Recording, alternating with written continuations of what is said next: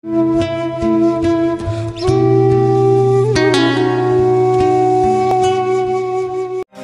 Iwabillah. Siapakah Dajjal?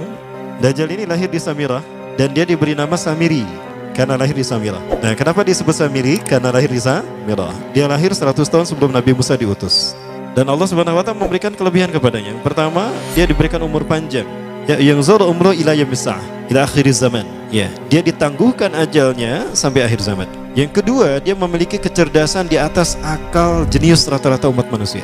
Jadi sejenius apapun umat manusia yang normal, dia 60 tahun di atasnya. Sehingga penemuan-penemuannya, kecanggihan berpikirnya, kedewasaannya jauh di atas manusia. Rata-rata manusia normal.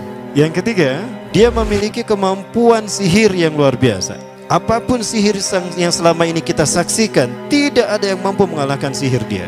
Sehingga saking luar biasa sihir yang dia miliki, seolah-olah orang mengenalnya selevel dengan Tuhan. Karena apapun yang semestinya menjadi perbuatan Tuhan, Dajjal bisa melakukannya. Nah, ini saking hebatnya sihir Dajjal. Nah, nasab kelahirannya adalah nasab yang aneh para Allah.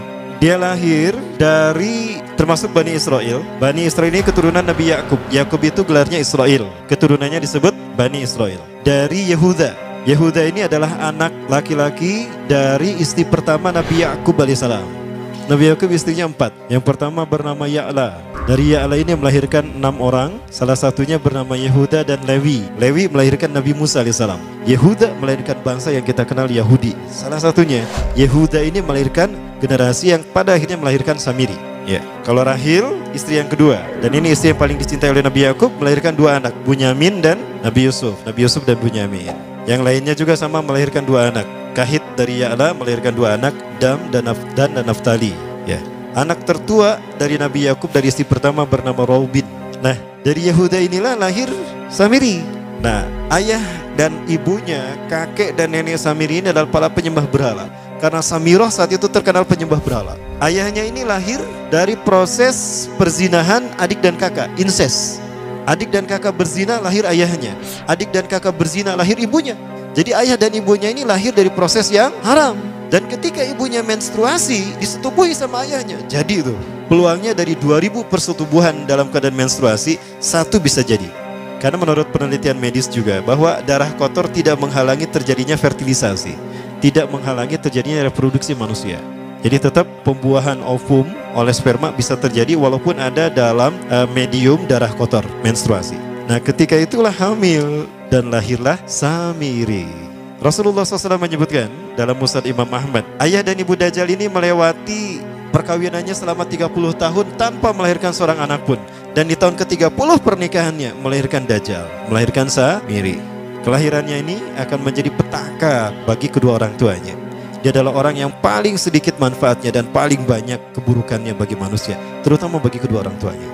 Bahkan ketika dia lahir, alam semesta menolak kelahirannya. Dordar gelap, hujan badai, petir, itu terjadi di malam di mana Samiri dilahirkan. Seolah-olah alam menolak kehadirannya. Nah, sejak lahir sampai usia 5 tahun dia tidak netek sama ibunya. Kebayang, 5 tahun air susu ASI tidak ditetekkan. Itu yang menyebabkan terjadinya kanker payudara. Maka ibunya pun meninggal gara-gara kanker payudara ini. Nah, ibunya meninggal gara-gara itu. Terbukti apa yang disabdakan Rasulullah. Kelahirannya menjadi petaka bagi kedua orang tuanya. Begitu pula ayahnya, maka ayahnya menjadi single parent. Nah, kemudian di tahun yang kelima, sejak lahir sampai 5 tahun, kenapa dia menetek pada ibunya? Karena kerjanya tidur melulu. Disebut mati, dia bernafas dan cuma berdetak. Disebut hidup, dia tidak bergerak. Antara hidup dan mati, la yamutu wa la yahya. Nah, maka di usia ke-5 tahun, nah ini terjadi peristiwa yang menarik. Apa itu? Samiri bangun dari tidurnya di tengah malam dan tidak ada orang yang menyadari Samiri bangun. Dia merangkak dan pindah ke berhala yang terbesar. Nah, dia pindah ke pangkuan berhala terbesar, tidur di sana. Dan ternyata ketika berada di berhala terbesar tadi, ya buang air kecil dan buang air besar. Besoknya itu adalah hari pemujaan kepada dewa-dewa mereka, bangsa Samirah. Apa yang terjadi? Ketika terjadi ritual pemujaan tadi, maka sang raja yang dipertuhankan oleh kaumnya mencium sesuatu yang tidak enak. Bapaknya Samiri ini adalah tokoh agama paganisnya. Pas dilihat, kaget sang raja. Ternyata itu pesing berasal dari pantatnya si Samiri yang ada di pangkuan berhala terbesar. marah murka tuh sang raja. Itu anak kamu, kenapa ada di situ? Kurang ajar kamu, ya telah menghina Tuhan kita. Kenapa kamu pindahkan anak kamu ke situ? Oh tidak Tuhan, saya tidak memindahkannya. Bagaimana saya bisa menghina Tuhan saya? Lalu siapa yang memindahkannya? Kan dia lumpuh. Nah, sekali lagi, kehadirannya menjadi petaka bagi kedua orang tuanya. Akhirnya raja marah dan ayahnya dipenjara. Selama ayahnya tidak bisa membuktikan penghinaan tadi, maka ayahnya dihukum mati. Pada akhirnya ayahnya pun dihukum mati. Ya, sedikit manfaat bagi kedua orang tuanya. Maka kemudian dia hidup pelihara oleh sang raja. Dan pas di usia dia 5 tahun itu, Allah menimpakan murkanya kepada bangsa Samirah yang sudah kelewat batas, maksiat, dan sudah tidak ada toleransi dari Allah untuk mereka hidup di bumi. Maka Allah perintahkan mereka Jibril menghabisi mereka. Maka bangsa Samirah itu pun diratakan. Si Samiri karena masih balita, ya Allah selamatkan dia lewat malaikat Jibril. Diselamatkan dia dan ditempatkanlah di pulau entah berantah. Ada yang menyebutkan pulau ini berada di Laut Yaman, dan pulau ini dinamakan Pulau Socotra. Pulau Socotra ini adalah pulau yang berada di ujung Jazirah Arab. Nah ini Pulau Socotra. Ini pulau tempat di mana Dajjal atau Samiri dibesarkan sejak 5 tahun sampai usia 100 tahun. Ya, dari usia 5 sampai 100 tahun dia tinggal di Pulau Socotra ini. Nah, Pulau Socotra ini adalah pulau yang berada di kawasan Yaman. Pulau yang memiliki banyak keunikan luar biasa. UNESCO sempat ingin menjadikannya keajaiban yang ke-8. Kan ada 7 keajaiban dunia ya. Yang ke-8-nya tadinya ini. Namun karena dia terkait dengan Samiri Dajjal, maka banyak negara yang menentangnya. Terutama negara-negara yang menjadi pengikut Dajjal. Maka pada akhirnya pulau ini dirahasiakan. Nah, sebetulnya pulau ini unik kalau kita ingin berekreasi ke sana. Namun karena posisi yang terpencil, jarang orang mengikutinya. Para wisatawan jarang mengunjunginya. Padahal sesuatu unik, termasuk binatang dan penghuninya tuh unik-unik. Pohonnya unik. Dunia menyebutnya pulau ini dengan pulau julukan dari pulau alien hingga pulau neraka. Ada juga yang menyebutkan The Jekyll Island. Pulau Jekyll Island itu bahasa barat, kalau bahasa kitanya Pulau Dajjal. Ya, sama dengan Pulau Sedir ya. Itu juga The Jekyll Island. Nah, Pulau Socotra kaya dengan flora dan fauna yang unik hingga saat ini belum ditemukan di tempat lain. Jadi tidak ada flora dan fauna yang ada di pulau ini yang ada di pulau lain di seluruh dunia. Hanya ada di pulau ini. Makanya di pulau inilah Allah ciptakan satu binatang yang unik juga, yang disebut dengan jasasa. Jasasa, binatang jasasa itu artinya mata-mata. Tajassa yatajassu tajassusan wa jasasatan, artinya pemata-mata, spy. Binatang ini bertumbuh besar, dhahmatun kabirah tughatti jismaha asy-sya'ar hatta la nastati' an nafariqa ayna wajhu wa ayna dubur.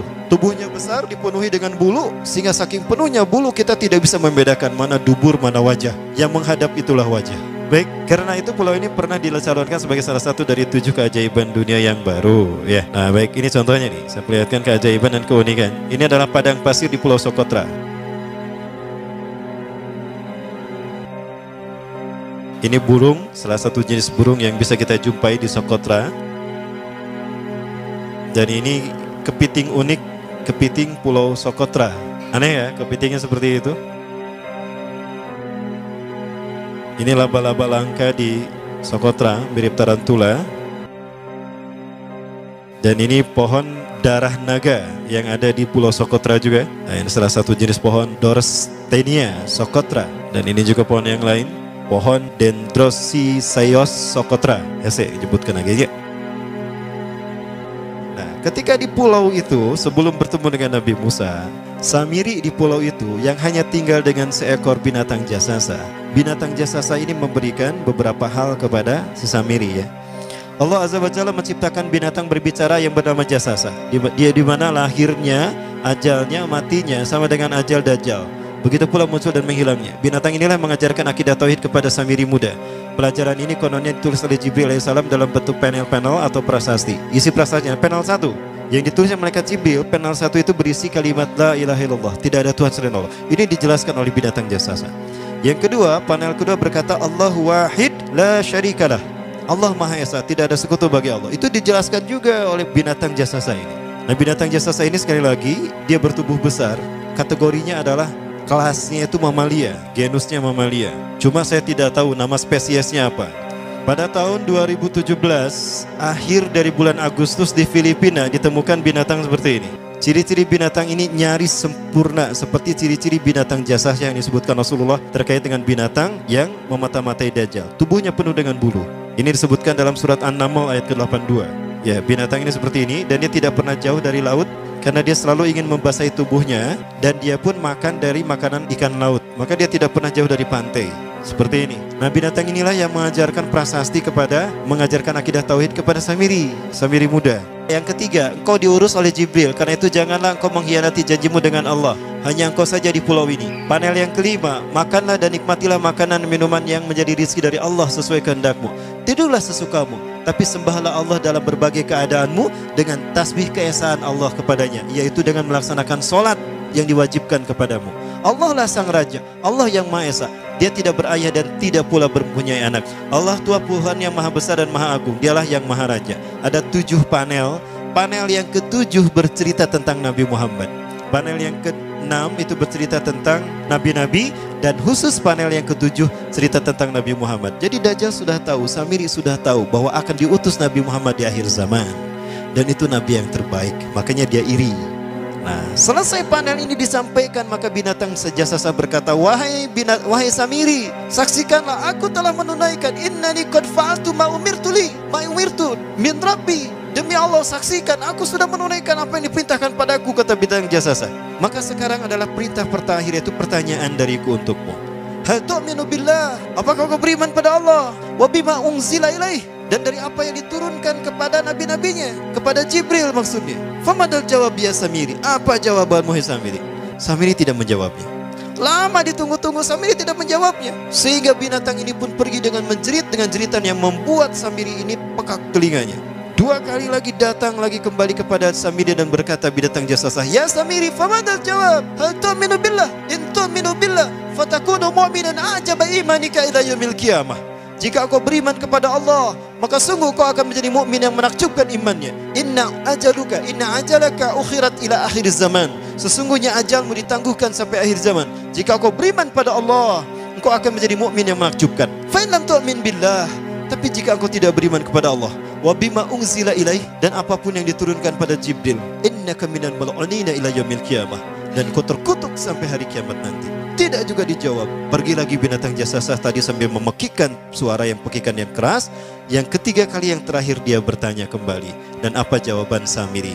Hei jasasa binatang buruk rupa, lihat di pulau ini tidak ada siapapun kecuali engkau dan aku. Dan yakinilah kalau panel ini bukan tentang Allah yang di langit sana, tapi yang disebut Allah itu saya. Hei jasasa, akulah Allah itu. Oh, dia menjerit dengan jeritan yang makin keras. Sampai si Samiri pun menutup kedua telinganya. Sejak saat itulah binatang itu pergi dan berkata, innaka dajjal, innaka dajjal, innaka dajjal. Engkau adalah pendusta, engkau adalah pendusta. Pendusta sampai hilang suaranya. Di saat itulah Samiri mendapatkan gelar Dajjal. Jadi siapa nama asli Dajjal? Samiri. Dajjal artinya Al-Kaza, pendusta, bukan singkatan kadek. Baik, nah sejak saat itulah Samiri keluar dari pulau itu dan dia sudah menyandang gelar Dajjal, pendusta, karena dia mengaku Tuhan. Baik, Iwabillah rahmatullah. Jangan salah, Dajjal kecerdasannya mampu melakukan cloning dan mampu melakukan berbagai macam riset dan eksperimen. Hatta eksperimen yang mengilhami film Hook itu Dajjal bisa melakukan.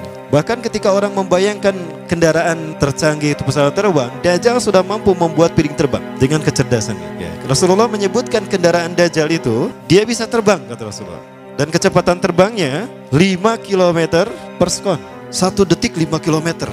Hanya dengan berkedip-kedip dia berkeliling dunia. Ya. Kecepatan ini diambil dari hadis Rasulullah. Berapa kecepatannya Rasulullah ketika dia terbang di muka bumi? Ya, kendaraan yang dia gunakan itu kecepatan terbangnya seperti awan yang ditiup angin, kata Rasulullah. Dan awan rata-rata ditiup angin itu 5 km per sekon. Dan jarak dari satu telinga ke telinganya, artinya setengah diameter atau diameter kepalanya, keledai yang dia gunakan, Rasul menyebutnya keledai, itu arba'una zira, 40 hasta, 27 meter. Diameternya itu 27 meter. Keledai macam apa yang jarak dari satu telinga ke telinganya 27 meter? Kalau bukan piring terbang. Ini bisa 24 meter kan? 27 meter. Bisa tidak? Bisa. Dan kecepatannya pun sama. Dan pernah meninggalkan jejak Cop Circle di Yogyakarta. Nah, Cop Circle itu adalah jejak UFO yang menjadi isyarat instruksi bagi para pelaku konspirasi dunia. Siapa? Para kalangan Illuminati.